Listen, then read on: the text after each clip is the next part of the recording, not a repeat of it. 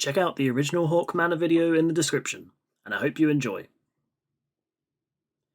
Hello everyone, and welcome to episode 18 of the Dungeon Lore series.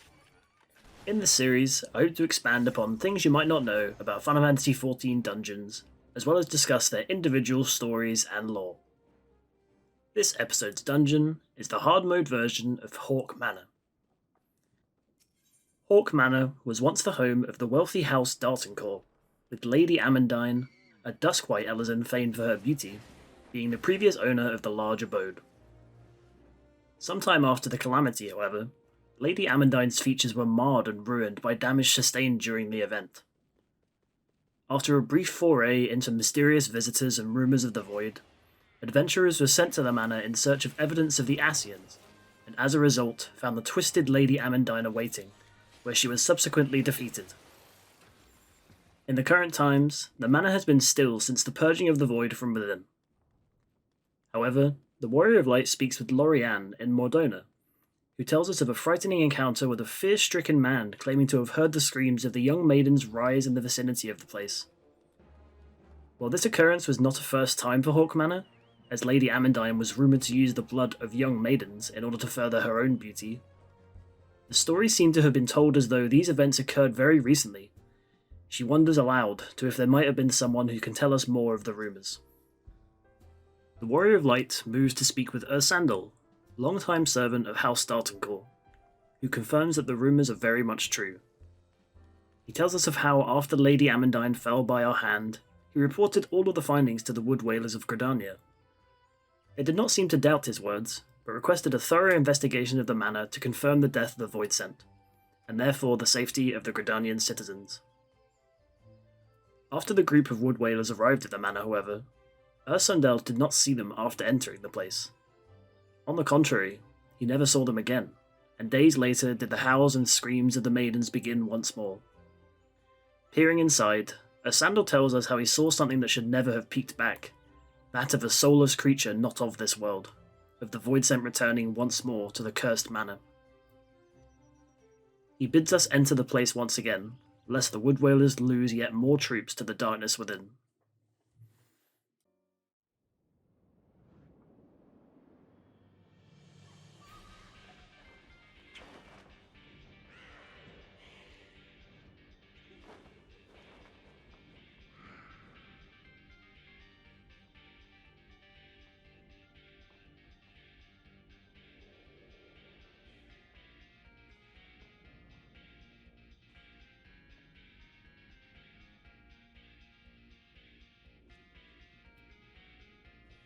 Entering the manor, we see a group of Wood Whalers standing guard at the bottom of the main staircase.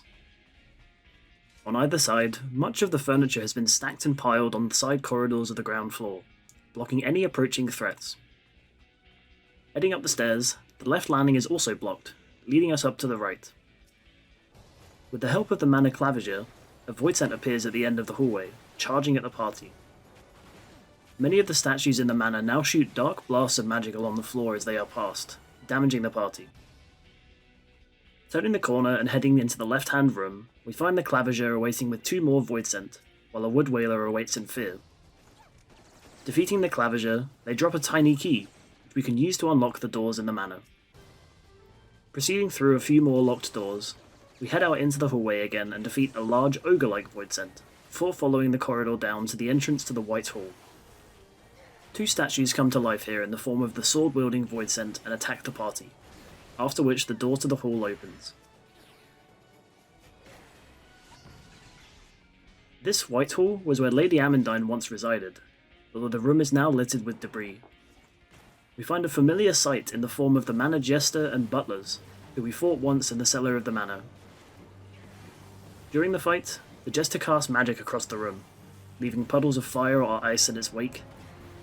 The butlers do not do much on their own, however intermittently the jester will place a large ritual circle upon the floor. If caught in this, the butlers will revive themselves and attack once more. However, if many are caught in the same circle, they reform into a huge manor steward, which is much more dangerous. Upon defeat, the rear door opens, and the party can interact with the crystal ball to proceed to the ground floor. There are more statues shooting out the void fire here, and each of the side rooms, while blocked by dark magic, spews forth several more Void Scent as the party proceeds along the corridor. Once these Void Scent are defeated, the Void Lamps using the magic go out. Turning the corner, another ogre-like Manor Warden attacks, and upon its defeat drops another tiny key.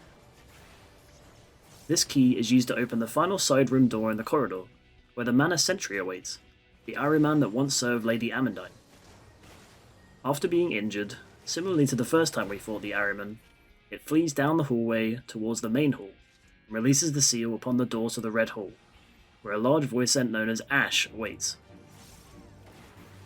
During this fight, the void scent spews all manner of void magic in lines upon the party. It also throws a glowing, axe-like projectile which persists, spinning in place and damaging any standing within. When injured, the void scent summons forth a void portal, which fires yet more projectiles at the party, and can also summon forth smaller void scent into the fray.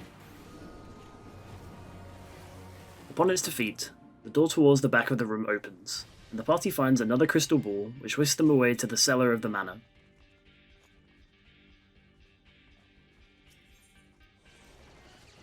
Proceeding around the hall, defeating more skeletons and void scent, we see many of the enemies exiting the nearby cells to attack us. Reaching the entrance to the Yellow Hall, we find it sealed with a magic barrier once again. To release this barrier, all the party must do is defeat every void scent within the cellar, after which they can enter to find the prevailing void scent, making the manor its home.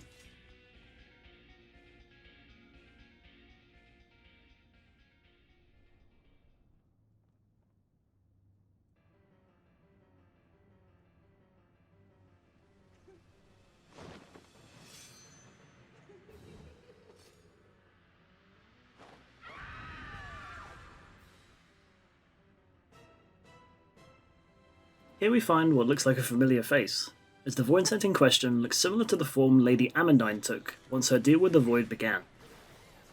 However, this succubus, Halicarnassus, is a much more deadly threat. During the fight, the boss uses the standard Dark Mist attack to damage any in proximity to her, as well as casting more void fire upon party members. When progressively injured, she begins to summon forth more void scent to defend her. These void scent attack the party as usual, however after some time Halicarnassus will consume these foes and deal potentially enormous amounts of damage with her blood rain, depending on the remaining health of the enemy in question.